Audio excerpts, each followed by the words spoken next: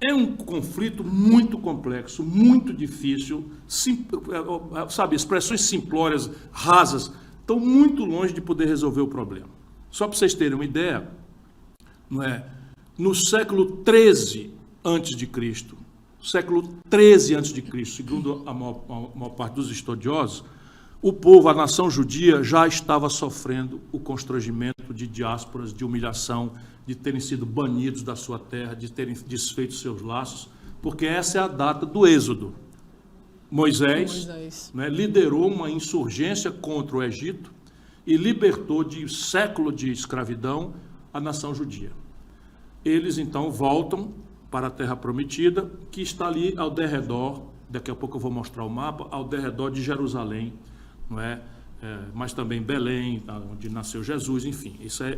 Então, veja bem de onde vem, ou você, irresponsável, que está aí cheio de razão, sabendo de tudo, sem parar um minutinho sequer para olhar as coisas, de maneira a resolvê-las.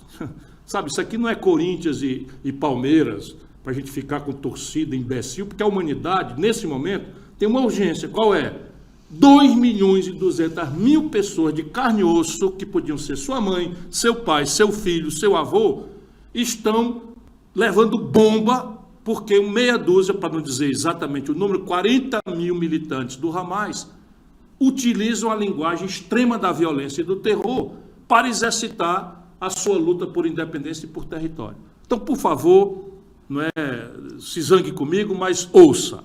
Isso aqui não é briga de Corinthians contra Palmeiras. E um país como o Brasil tem obrigação, e a opinião pública internacional tem um papel central para fazer. A urgência é bombardear uma população que está fechada, cercada. 2.200.000 pessoas estão cercadas e levando bomba. Mais de 7.000 bombas já foram feitas, mais de 3.000 prédios já foram destruídos, mais de 3.000 pessoas já foram dadas como mortas, fora as pessoas cujos corpos estão embaixo dos escombros dos prédios. E essas 2 milhões de pessoas, 1 milhão delas estão com 24 horas, mais 24 horas, obrigadas a sair das suas casas, sabe, correndo, sem saber se vão poder voltar, se vão levar seus pertences, nada, para se espremer no lado sul. Estou falando da faixa de Gaza. Deixa eu dizer para vocês o que é a faixa de Gaza. São 40 quilômetros por 10, 363 quilômetros quadrados, com 2.200.000 pessoas vivendo ali. Isso, se pegar a cidade de Gaza, que está ali no norte, onde agora está essa ordem fascista de sai agora ou vai morrer todo mundo, ou aguente as consequências, numa punição de gente civil, de inocentes, mais de 1.000 crianças palestinas já morreram, mais de 1.000 crianças, porque corretamente Israel, se defendendo, tem todo o direito de se defender, e quer enfrentar o Hamas. Só que optaram por esse caminho, e aí não é o povo de Israel, é o governo de ultradireita deste pária internacional que é o senhor Benjamin Netanyahu, primeiro-ministro de Israel, que inclusive já devia ter renunciado, porque o Hamas entrou nos centros nevrálgicos da inteligência israelita, que é afamada no mundo como uma das mais sofisticadas e profissionais estruturas de inteligência militar do mundo. Como é que os militantes, os guerreiros ou os terroristas, que chamem como quiser, porque aqui o que importa é o substantivo, não é o adjetivo. Não é? O que importa é o substantivo, e o substantivo é negar a violência. Bom, eu estou com essa opinião, tenho aqui uma série de fatores, mas eu dizia para vocês que o assunto remonta ao século XIII a.C., se nós tomarmos a diáspora dos judeus, o sofrimento da nação israelita, dos hebreus, por Moisés. Mais recentemente, vejam bem, o meu nome, Ciro, foi dado pelo meu pai, historiador, em homenagem ao libertador dos judeus no século V. No século V a.C., no século V a.C., de novo, a nação hebreia, os judeus, os israelitas, estavam de novo expulsos da sua terra e escravizados pela Babilônia. Pois bem, veio um rei persa, que hoje é o Irã. Vamos prestar atenção nisso. Isso tem a ver, porque a saída dessa confusão só vai ser pelo caminho da história e pelo caminho do direito internacional. E eu estou fazendo um pouco de história de tradição para logo mais falar no direito internacional. Pois bem, Ciro, o Grande, é o único gentio, ou seja, não judeu, que é citado como uma espécie de Messias pela Bíblia. Ele era um iraniano, um rei do Irã, o rei da Pérsia, e libertou os judeus da escravidão dos babilônios. Então, século 3 a.C., os judeus já estavam sofrendo.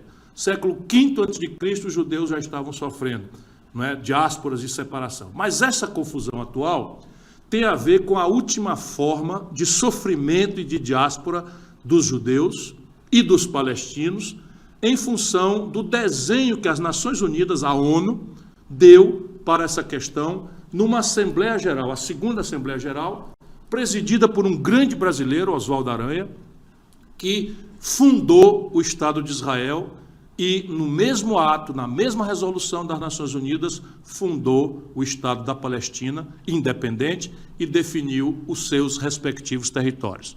Essa é a base da confusão que nós estamos vivendo hoje. Ou nós entendemos isso sob o ponto de vista da história, das tradições, inclusive religiosas, e do direito, ou ficará essa torcida imbecil que hoje, por exemplo, um grupo de fanatizados foi fazer protesto em Londres, na porta da BBC, reclamando que a BBC de Londres está fazendo uma cobertura razoavelmente equilibrada do conflito, sendo uma estatal britânica. Para vocês verem o nível de fanatismo, o nível de violência. E aqui no Brasil a mesma coisa. Bolsonaristas e artistas pouco cuidadosos com as coisas, sempre vão na onda de qualquer coisa, se juntando para fazer protesto de A e de B, sem ter parado um dia sequer para entender o que é que de fato está acontecendo, não com sentido de tomar lado. Nós não temos uma obrigação de tomar lado, nós temos uma obrigação de pugnar pela paz, contra a violência, contra o terror como linguagem, seja de um grupo informal, seja de Estado. Porque, francamente, bombardear populações civis, constrangê-las a um cerco medieval, tirando a energia elétrica, água, comida, remédio, e mandando evacuar em minutos hospitais e bombardear indiscriminadamente populações civis inocentes, isso não é senão crime de guerra. A versão desse conflito hoje se dá porque em 1947, quando acabou a Segunda Guerra Mundial, de novo, muita gente sofreu. Morreram 40 milhões de pessoas. Os soviéticos foram os que mais perderam gente, mas em seguida foram os judeus. 6 milhões de judeus foram assassinados barbaramente, de forma cruel, desumana, selvagem. E eu digo isso porque talvez a última nação do mundo que possa aceitar conviver com segregação racial, com preconceito, com justiçamento sem julgamento, é a valorosa comunidade judaica. Nós temos que ter clareza disso, por isso eu vou recuperar. Então, quando aconteceu a Segunda Guerra Mundial, de novo, os judeus estavam em diáspora no mundo inteiro. Diáspora sabe como é? Saíram de suas terras, foram banidos de suas terras e estavam vivendo separados uns dos outros, mantendo a força da sua identidade cultural e religiosa ao redor da Torá e de uma fé milenar que é a mais antiga das três religiões monoteístas do mesmo tronco, do tronco de Abraão. Pois bem, quando acabou a Segunda Guerra Mundial, os judeus sofreram a perseguição dos nazistas. Né? Gueto de Varsóvia, meu irmão, para um pouquinho, qual é a diferença substantiva entre o gueto de Varsóvia, quando a Alemanha nazista ocupou a Polônia, confinou todos os judeus num gueto murado, isolado, do qual não se podia sair sob pena de morrer sufocado, ou de bala, etc, etc. Qual é a diferença substantiva entre o gueto de Varsóvia, que é uma indignidade que se cometeu contra os judeus, e o que o seu Benjamin Netanyahu está fazendo em nome de responder à aberração, à violência que não tem defesa do Hamas, está fazendo na faixa de Gaza? A opinião pública internacional tem que se livrar dessa interdição, desse preconceito, e aqui está a chave da inteligência. A tradição e a história e a questão do direito. O direito é que define o regramento que nos transforma de bichos em seres de convivência em sociedade e em comunidade. Pois bem, em 1947, então, quando acabou a guerra, os judeus tinham uma sociedade, eles criaram uma organização sionista mundial, E essa Organização Sionista Mundial decidiu por um consenso de uma volta ao território, de refundar o Estado de Israel. Portanto, fique todo mundo lembrando que Israel nasce, não é, dessa chamada geral que lideranças sionistas da Organização Sionista Mundial fizeram ali na sequência da Segunda Guerra Mundial e na sequência do sofrimento atroz, crudelíssimo que os nazistas impuseram aos judeus. Pois bem, voltar para a Terra Prometida era a ordem. E aí o que eles fizeram? Foram para lá, a liderança era, muitas lideranças, mas eu vou nomear aqui o pai fundador chamado Ben-Gurion. Pois bem, o Ben-Gurion liderava uma facção dentro dessa Organização Sionista Mundial, que era o sionismo trabalhista, ou seja, havia ali uma inclinação progressista, uma inclinação trabalhista, não é? que é uma inclinação muito forte, muito fecunda na política de Israel. O Ben-Gurion funda essa organização e ele organiza essa coisa. E qual era a lógica? Todos os migrantes israelitas, ele, Ben-Gurion, nasceu na Polônia. Provavelmente já tinha fugido para os Estados Unidos, morou nos Estados Unidos, mas conheceu muito de perto muita gente que sofreu o constrangimento do gueto de Varsóvia e dos campos de concentração, que devem ser talvez o momento mais bárbaro do ser humano. Por isso que a gente tem que lembrar isso com dor, para que o povo de Israel se livre desses fascistas que os governam há alguns anos. Pois bem, não pode repetir essas práticas de genocídio, de gueto, contra quem quer que seja, muito menos com seus irmãos de território. Então vamos lá. Quando o Ben-Gurion começa a organizar, eles pegam dinheiro dos milionários, Rothschild, etc., e começam a comprar terra ao redor de Jerusalém, por perto ali, em vários lugares, enfim, ao redor da Terra Prometida, que é na tradição, Moisés, século 3 a.C., Ciro, no século V a.C., estou só acelerando aqui para a gente colocar a história. Pois bem, nesta data, aquele lugar era uma colônia britânica. Olha como é grave e importante a gente ver o papel da opinião pública internacional para desarmar essa bomba. A Palestina era, vamos dizer, a nação que vivia ali. Era a Palestina. A Palestina vivia ali, só que não tinha independência. Era uma colônia britânica, como a Índia era uma colônia britânica, ainda no fim da Segunda Guerra Mundial, como Hong Kong, na China, era um enclave britânico, enfim. E na descolonização, que é um efeito importante, modernizante da Segunda Guerra Mundial, não é? Os judeus, então, começam a atender o apelo por refundar Israel. E vão ali e começam a se sediar. Até que, pelas tantas, começa a acontecer escaramuças entre os palestinos que viviam ali, e árabes, os palestinos são árabes, os britânicos, que era a nação colonial imperativa, e o Ben-Gurion se viu forçado a, fazendo política, usando a diplomacia, usando a economia, comprando terras, e traziam e organizaram kibbutz, que eram fazendas coletivas, trazendo jovens e tal, do mundo inteiro, para trabalhar juntos e tal, na direção de refundar o Estado de Israel. Mas começou a ter antagonismo. Pois bem, o Ben-Gurion, a ele não restou outra alternativa, eu quero crer, isso eu estou olhando historicamente, e é bom que a gente domine isso, criou um braço armado do movimento sionista trabalhista. E ele deu a ele o nome de Haganah. Então, veja bem, lá naquele lugar, os britânicos controlavam com mão de ferro. Aliás, eu pulei um episódio que é muito importante para nós cristãos. Eu fui lá no Moisés, no século 3 a.C., para ver o sofrimento dos judeus e dos palestinos. Eu vim no Ciro, no século V, mas eu me esqueci e pulei, não podia fazer isso, dos romanos. Então, quando Jesus Cristo andou entre nós, no início dos tempos presentes, dos tempos comuns, que nós chamamos, depois de Cristo, quando Jesus andava entre nós, Jesus era um membro, né, dessa submissão colonial, imperial, daquele mesmo lugar, daquele mesmo povo, os palestinos e os hebreus, que viviam juntos, pelo império cruel da Roma. De Roma. Então veja, Jesus foi constrangido nos momentos finais, por provocações do serviço de inteligência dos romanos, em que, para provocar, dizer, o senhor é o Messias, é o homem que vai tomar o reino aqui de Roma e tal, e Jesus, iluminado, disse, o meu reino não é desse mundo. O meu reino é do outro mundo. Escapou na lateral. Mas o senhor, então, acha que essa moeda aqui, com o rosto de César, não devia valer aqui, porque vocês estão defendendo a liberdade dos judeus, etc, etc. Então, o que é que o senhor diz? Isso aqui não vale nada? Não, a César o que é de César e a Deus o que é de Deus.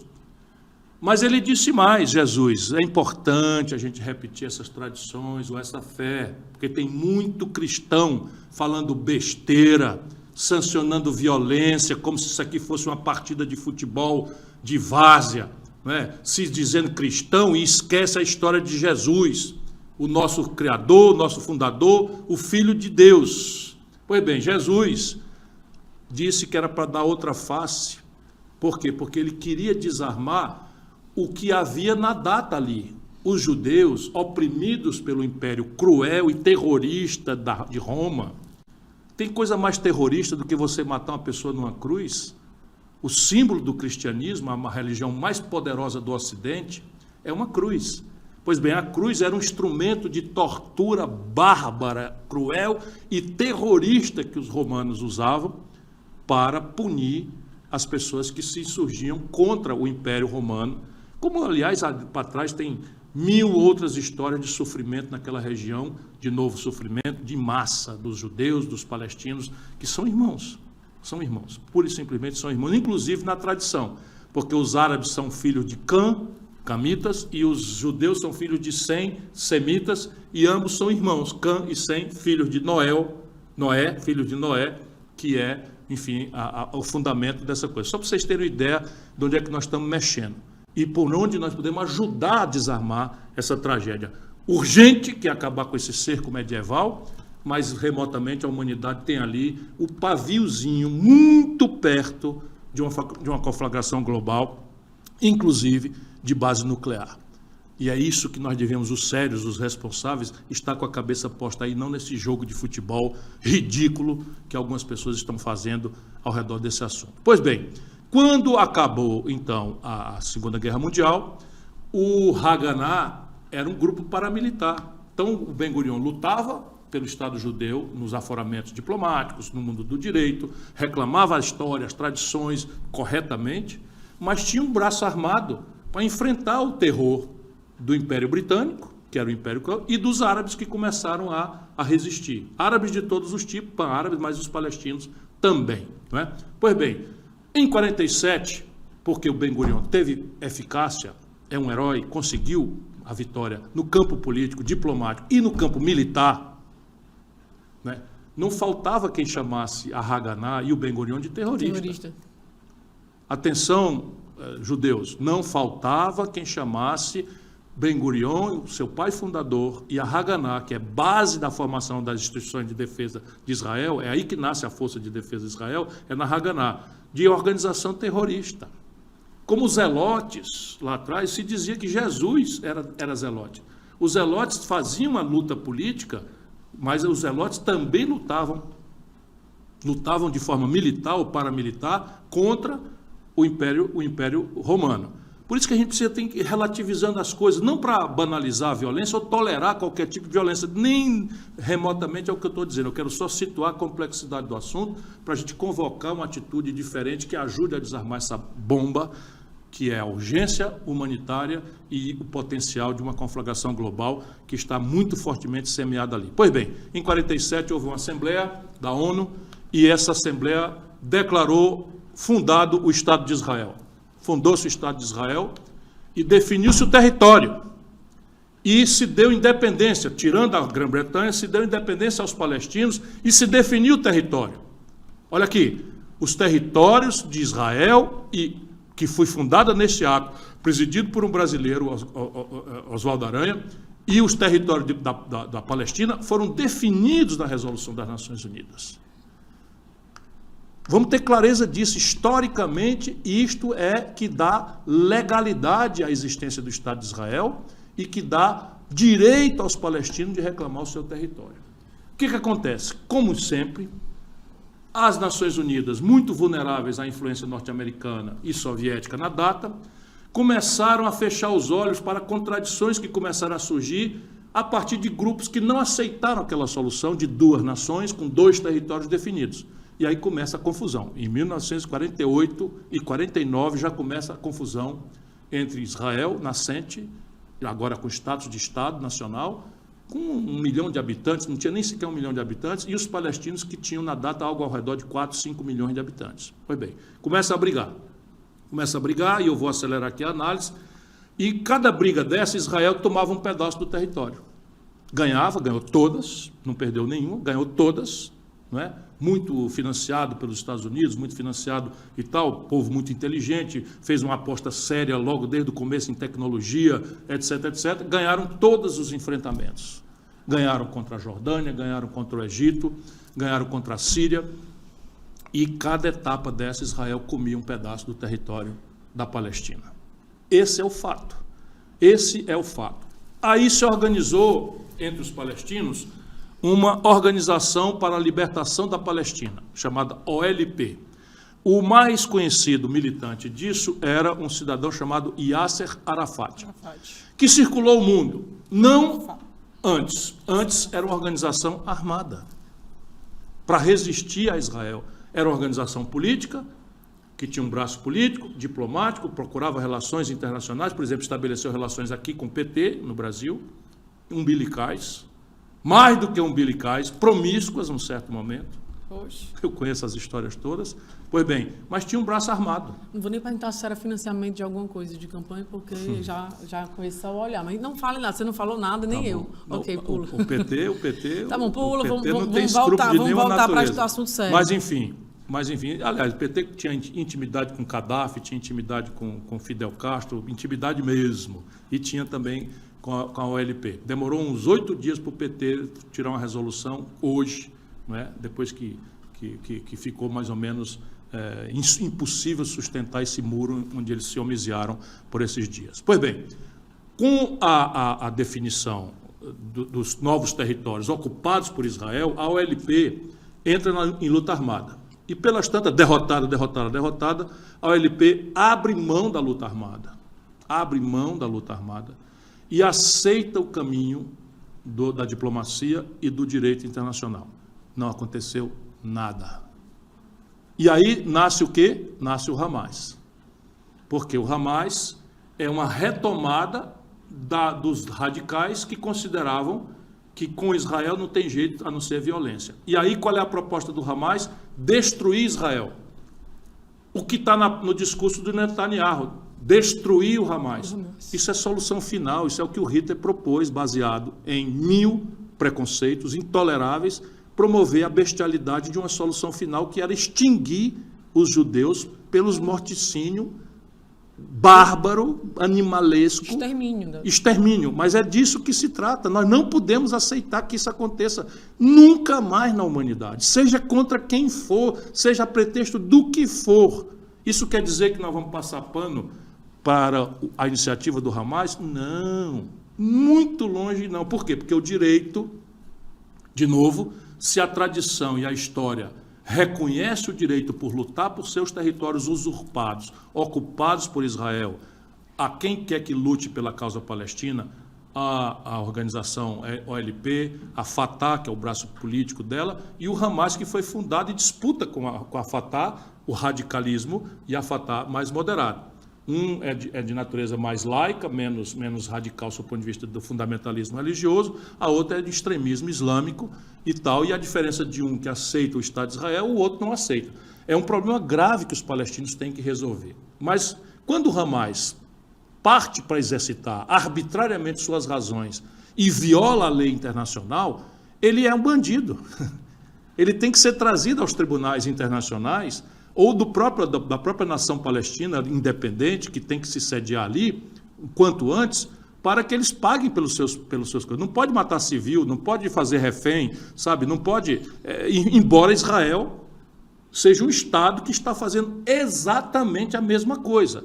A diferença aqui é que um é uma organização sectária, fundamentalista, que não deve, vamos dizer, filiação a nenhuma instituição internacional, e o outro lado é um Estado, pertencente à comunidade internacional. A diferença é essa, o Estado tem que ter contenção. E aqui vem a tragédia. Isto sendo óbvio, hoje, os palestinos, os judeus, os cidadãos de Israel, não chegam a 10 milhões, são 9 milhões e pouco, é mais ou menos do tamanho do Ceará, sob o ponto de vista de população. E os palestinos são mais ou menos 6 milhões. Israel ocupou Cisjordânia, Jerusalém Oriental e agora está ocupando a faixa de Gaza. Quer dizer, todos são territórios que a lei internacional determina como base territorial da Palestina independente. E a Palestina independente constituiu-se no acordo em Oslo, em 1993. Eu estou falando demais, mas esse assunto merece uma reflexão. Em 1993, a Noruega, que tem um equilíbrio, enfim, que conseguiu ficar fora dessa retórica de jogo de futebol, de briga de galo e tal, para se colocar como deveria toda a humanidade se colocar de maneira a desarmar essa bomba e não a tomar lado desse ou daquele, mas desarmar a bomba, banir a violência, estabelecer o direito, a paz e a não violência como linguagem de convivência entre essas pessoas. Pois bem, em Oslo, em 93, foi feito um acordo.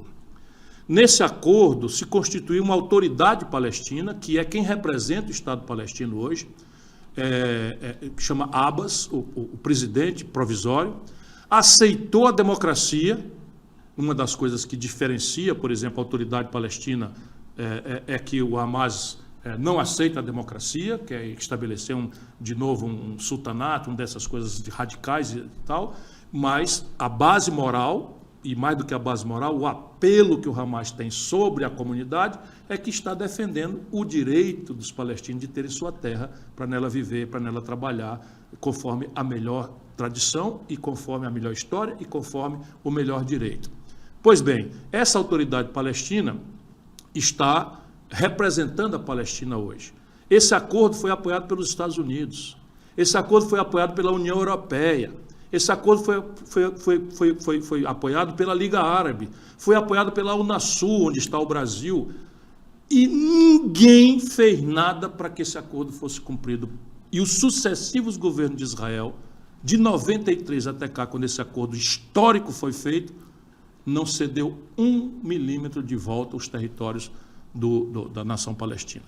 Essa é a base do problema. E a grande pergunta que eu faço para terminar e a gente tentar responder perguntas. Vocês acham, de boa fé, vocês acham que bombardear populações civis, estabelecer um cerco... Mostra o mapa para mim, vocês têm aí? Veja o mapa. Aqui... Não senta o dedo, só tu vai só falar, que eles estão vendo lá. Ali, do lado direito. Do lado esquerdo é o mar, embaixo aqui é o Egito, em cima, do lado direito, é a Jordânia, todo o meio é Israel e em cima está o Líbano. E logo em seguida a Síria. E logo ali, mais para frente, só para vocês saberem do que se trata, está o Iraque e logo em seguida o Irã. E na frente o mar Mediterrâneo. Certo? Pois bem, a faixa de Gaza é essa tripinha que tem 10 quilômetros de largura, exprimida entre Israel e o mar, e 42 quilômetros de comprimento, essa tripa chama faixa de Gaza, entre Israel e o Egito. Pois bem, essa faixa de Gaza tem 2 milhões e 200 mil pessoas morando aí, pobres, miseráveis, famintos, com baixa escolarização, enfim, uma miséria absoluta. E estão sob um cerco onde não entra água, comida, combustível, cortaram a eletricidade há 8 dias. A faixinha, a tripinha que tem para escapar de Gaza para o Egito está fechada. Por quê? Porque o Egito não suporta receber 1 milhão, 1 milhão e meio, 2 milhões de refugiados. E quem podia receber esses refugiados, veja o território todo, é quem está sufocando Gaza, seria Israel, que também não aceita receber. Então, esse é o crime contemporâneo. Isso é que a opinião pública tem que se movimentar, não é para dar razão, porque todo mundo sabe quem tem razão. É só consultar o direito, é só consultar a história. O que não dá é para ficar a comunidade internacional inteira conversando merda, enquanto 2 milhões e 200 mil pessoas estão sendo barbaramente assassinadas pelo governo do senhor Benjamin Netanyahu. Isso é do que se trata. Na sequência, nós precisamos fazer valer o acordo de Oslo, estabelecer um caminho gradual para que a Palestina tenha devolvido seus territórios. Isto é o melhor direito. Eu vou tentar responder perguntas, me perdoe a indignação, mas eu me sentiria um covarde se eu aceitasse que esse nível de interdição ideológica, de exacerbação radical, de intolerância que está dominando o mundo, quando eu vejo o presidente dos Estados Unidos, caramba, presidente da maior potência do mundo, reproduzir fake news, que depois, no dia seguinte, a própria Casa Branca teve que desmentir, estou me referindo à notícia mentirosa de que tinham degolado bebês, não é, no Hamas. O Hamas fez coisas tremendamente intoleráveis e criminosas e deve pagar por isso. Mas será que é razoável que 40 mil militantes, que é todo o efetivo do Hamas, vão ser agora punidos através da punição generalizada, indiscriminada de 2.200.000 inocentes, dos quais 1.000 crianças já morreram? Eu não fico calado diante disso.